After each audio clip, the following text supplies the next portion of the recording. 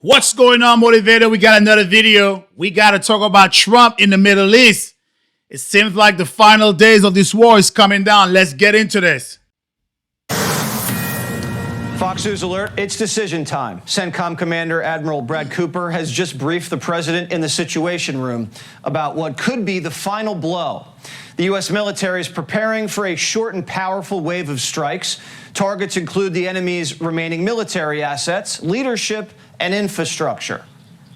Iran is proving to be very stubborn. The talks seem like they are stalled. Are you getting antsy to break the ceasefire? Well, I mean, I don't know what stubborn is because really nobody knows what the talks are except myself and a couple of other people. They want to make a deal badly. In case the Iranians needed a little nudge, the Pentagon's contemplating bringing a brand new weapon to the battlefield. The mother of all hypersonics, the Dark Eagle. It can hit targets 2,000. Here's the thing, too. There are many weapons that we have not shown. I mean, some of it is classified. There's a lot of weapons people don't know that we have. I'm just saying that until it's unveiled. There's a lot of things people don't know that we have. Miles away. The enemy's last ballistic missile launchers are in the crosshairs. B-1 bombers have been surging into the region, and they can be armed with up to 5,000 pounds of hypersonics. It's a big payload. We're about to hit day 60 of the war. And if we're going by the book, and if you're asking Congress, that means the deadline for Operation Epic Fury expires tomorrow. But Trump could also do what Clinton and Obama did and ignore Congress and keep firing. The Secretary of War says technically we paused the clock to... We got to remember, too, Obama had 60 days just like Trump had, and he didn't do anything. ...ago. Is the president intending to either seek congressional authorization for the war in Iran or send us the legally required certification that he needs an additional 30 days to remove U.S. forces? We are in a ceasefire right now, which our understanding means the 60-day clock pauses or stops in a ceasefire. If Kane's right, that means Trump... Okay, I've already seen all the videos, but President Obama is far from alone in finding creative ways around War Power Act. As New York Times has noted, the Clinton administration continued the bombing campaign in Kosovo past 60-day deadline, arguing that Congress had implicitly approved the mission when it approved funding for it. And you have the same thing with Liberia. Obama did not get a permission from Congress. 24 hours.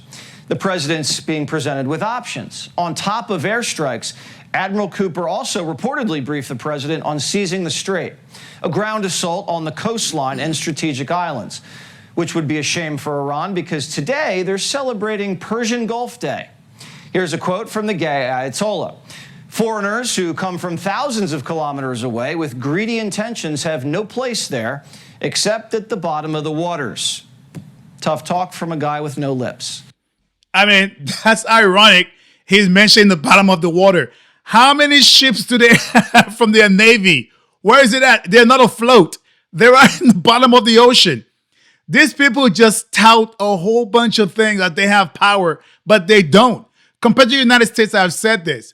It's like a high school team playing against the NFL. There is no chance. Zero. And they're touting they're going to put some ships at the bottom of the ocean. That's where the entire Navy is right now. And the only ships at the bottom of the water are Iranian. We've also turned around 44 vessels heading into and out of their ports.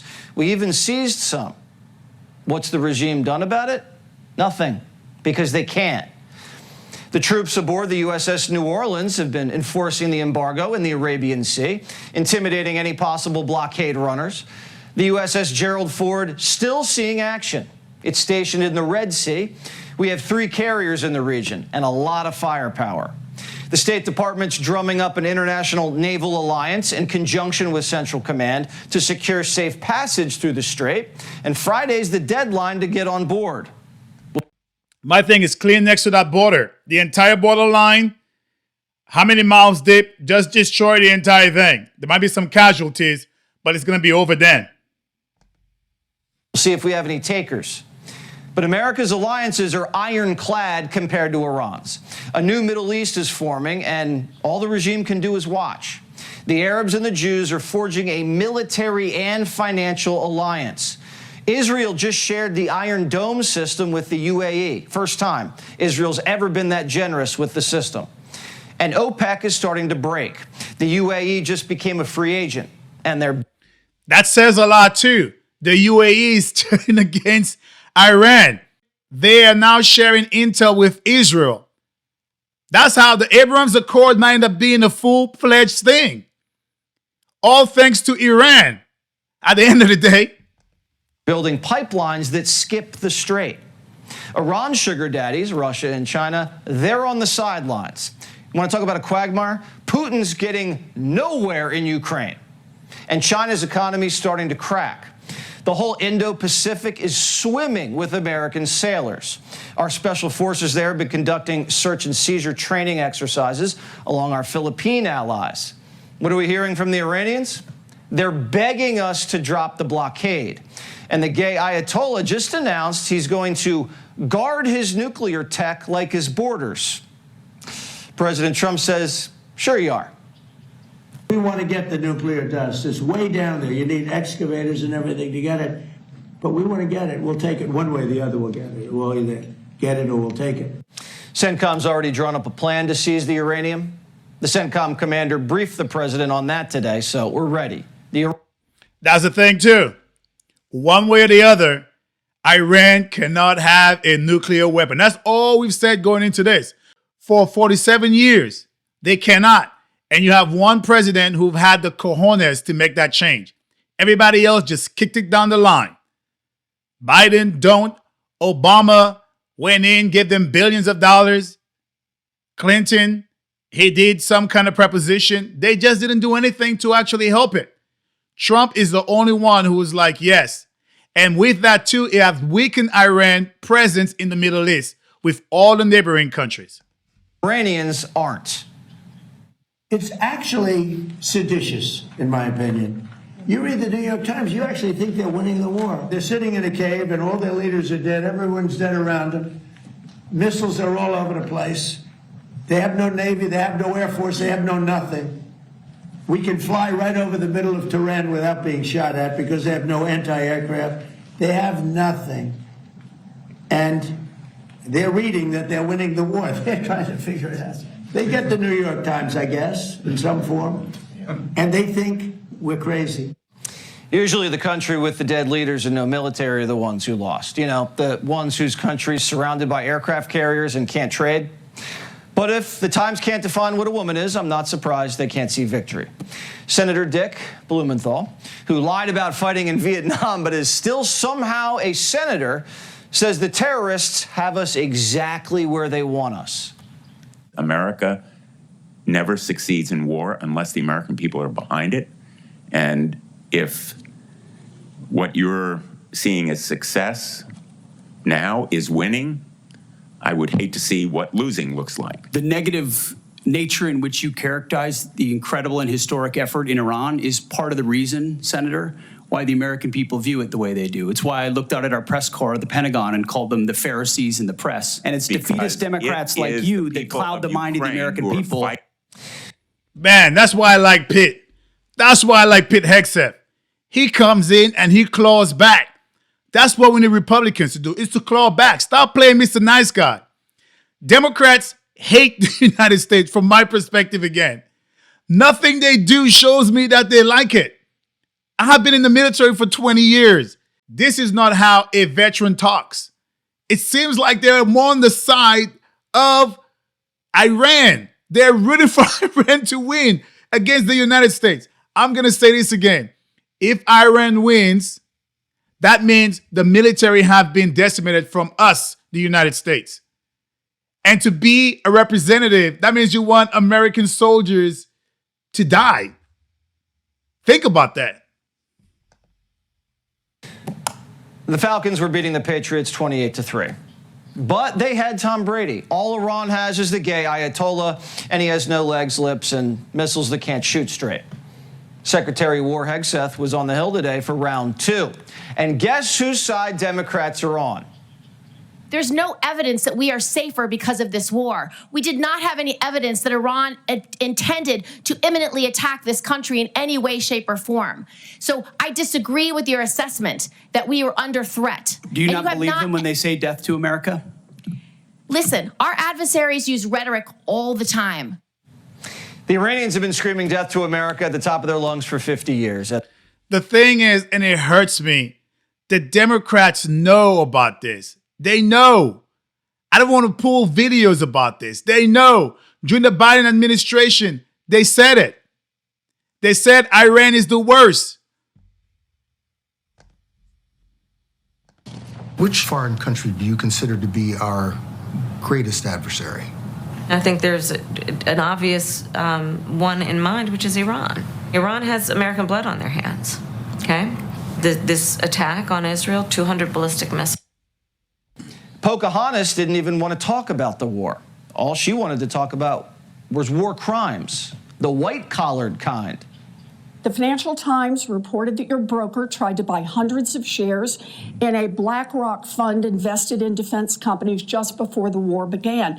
The law clearly prohibits the Secretary. That entire story is false, has been from the beginning, and was made up out of whole cloth. And anybody that looks at it sees how it was worded from the beginning to make it look like I was involved in something I had nothing to do and never have. I'm not looking for money. I don't do it for money. I don't do it for profit. I don't do it for stocks. And that's part of the reason why I'm able to be effective in this job, because no one owns me. Warren wants to make Pete into the Wolf of Washington. Did you, through your broker at Morgan Stanley or otherwise, seek to invest in any defense-related funds right before Trump started the Iran war? I'll give it to you as a big, fat negative. Then let me ask you a second question. Is your broker getting your personal sign-off on any investment in individual stocks? Bigger, fatter, negative. He's not getting your sign-off before he makes investments in defense stocks?